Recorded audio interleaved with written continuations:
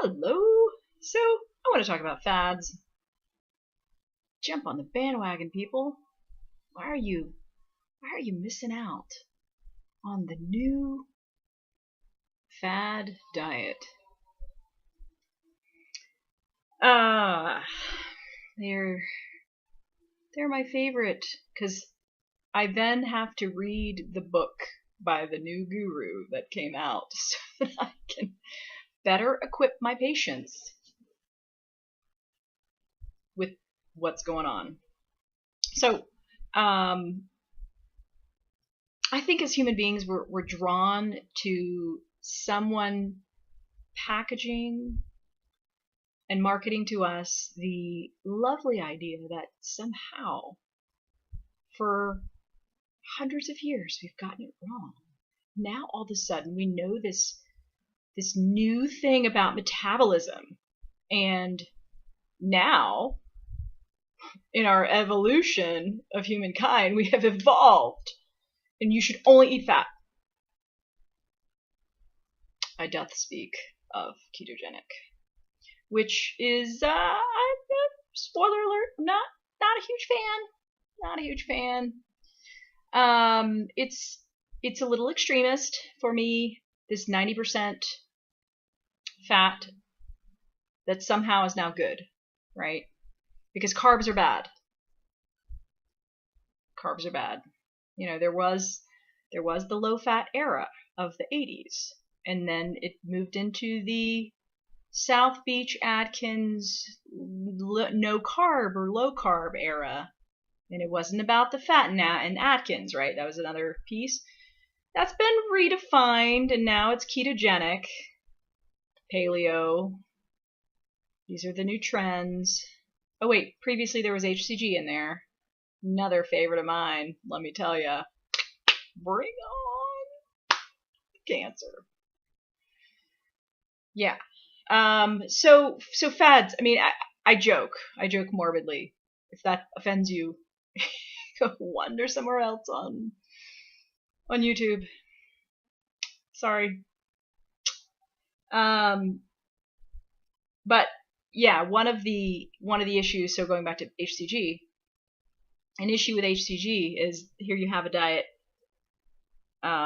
where you're injecting people with a hormone that is only produced when a woman is pregnant.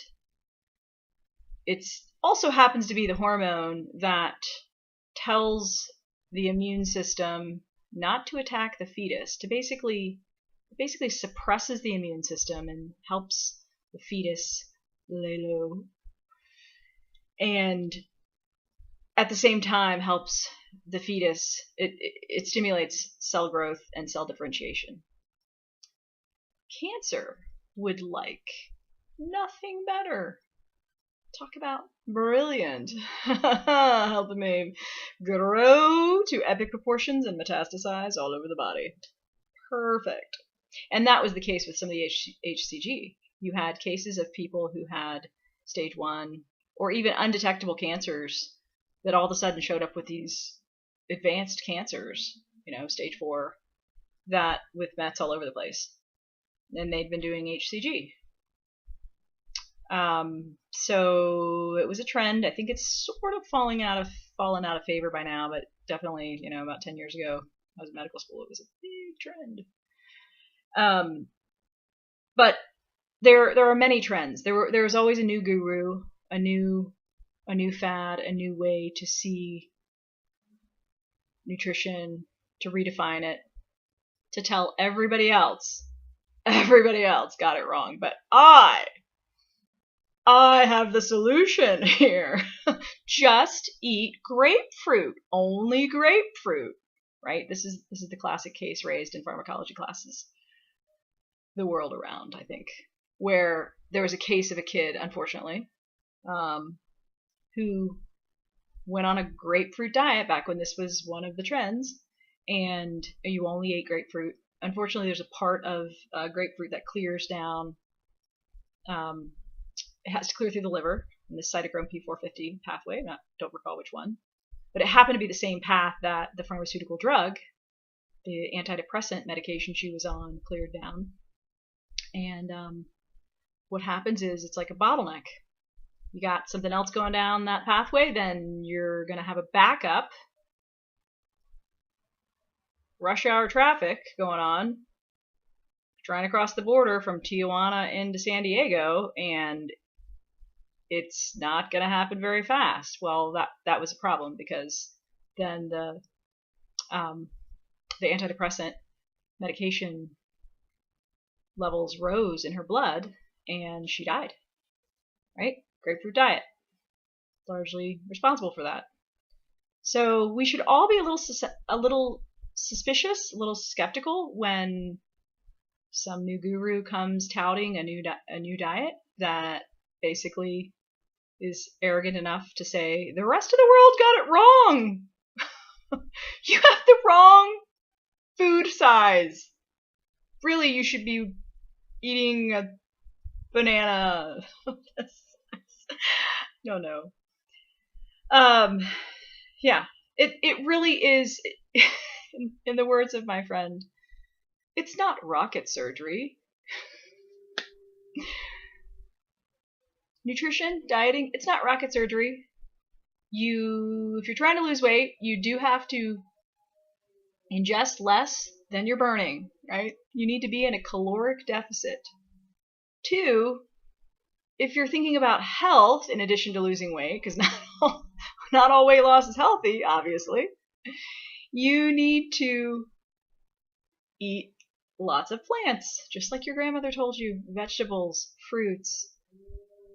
Decrease the meat, decrease the dairy, decrease the fat, decrease or eliminate altogether.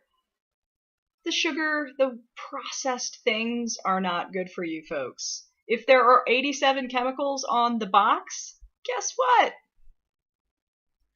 Not good. It's not a whole food. It's a fake food. It's not real. I had a professor in medical school who used to say there are only 2 things. Here's how you evaluate. Here's how you figure out what to eat. So 1, you always read the label in the grocery store. You read the label. 2, you don't buy anything with a label.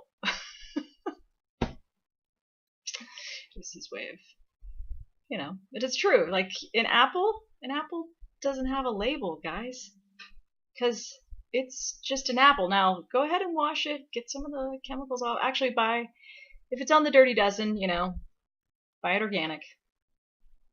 But, like I said, it's not rocket surgery.